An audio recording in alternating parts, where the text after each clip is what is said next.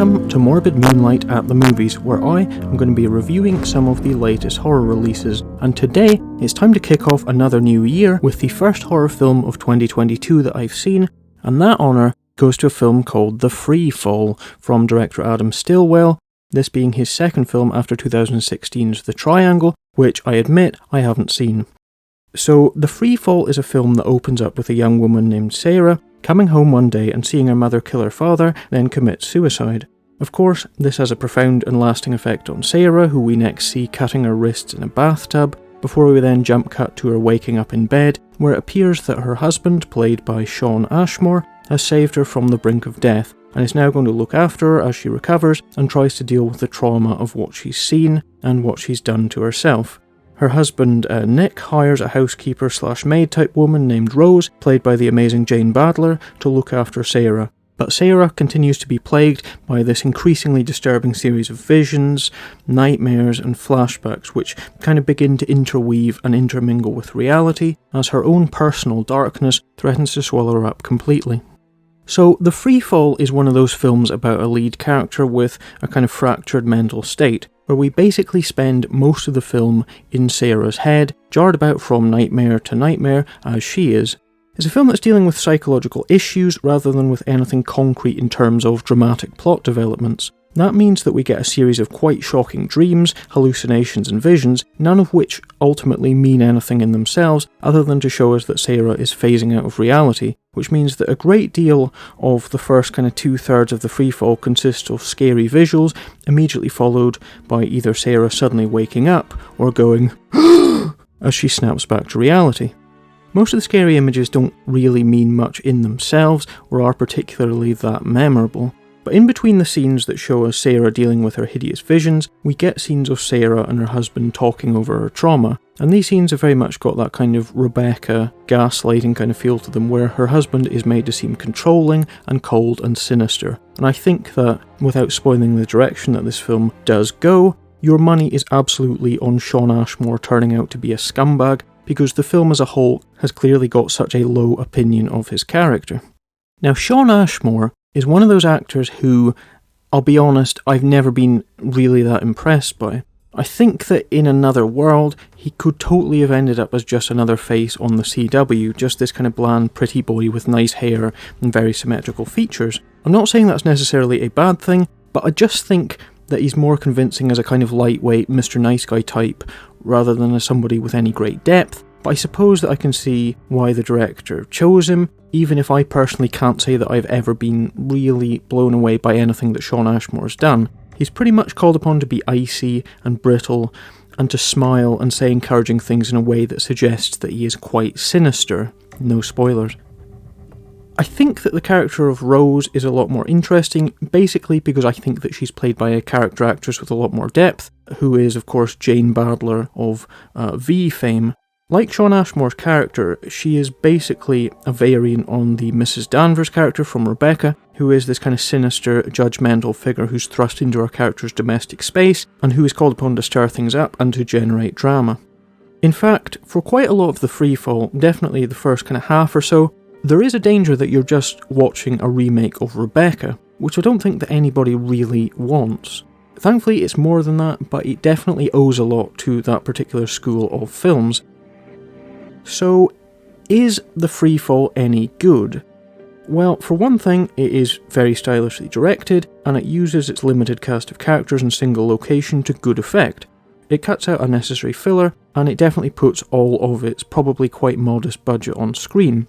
It's got a very good, low, moody soundtrack from Joseph Bishara, who is one of the few kind of mid-tier and above composers in the industry right now, who kind of more or less regularly scores horror films after getting lucky landing the gig as James Wan's composer of choice.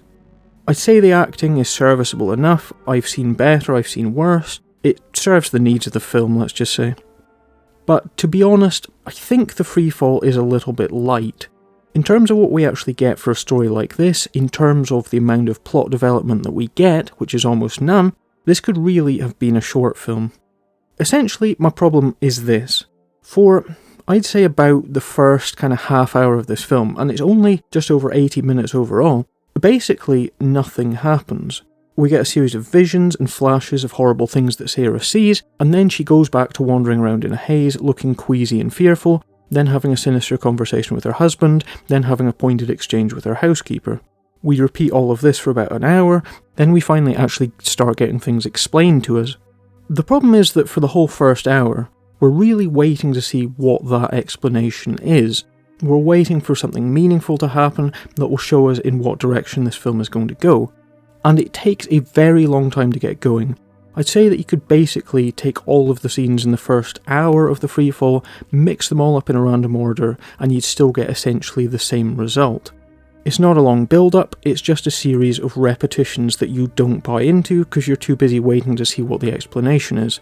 You can never really invest that much time in the characters or what they're going through, because you always get the feeling that this is all just really a filmmaker setting up an elaborate rug pull, rather than taking the time to develop things. Whenever something dark or scary happens, we know that it's the product of Sarah's mind, so the drama doesn't become about horrific visions, but about Sarah dealing with her trauma. The fact that she remains utterly stagnant as a character, then, is a problem. The fact that the director seems content to use Sarah's emotional trauma to deliver basically a series of crude jump scares and kind of fetishised self-harm imagery, I think's also a problem. And that ultimately all comes down to the fact that the freefall makes it very clear that this is one of those films that exists to have a twist in it.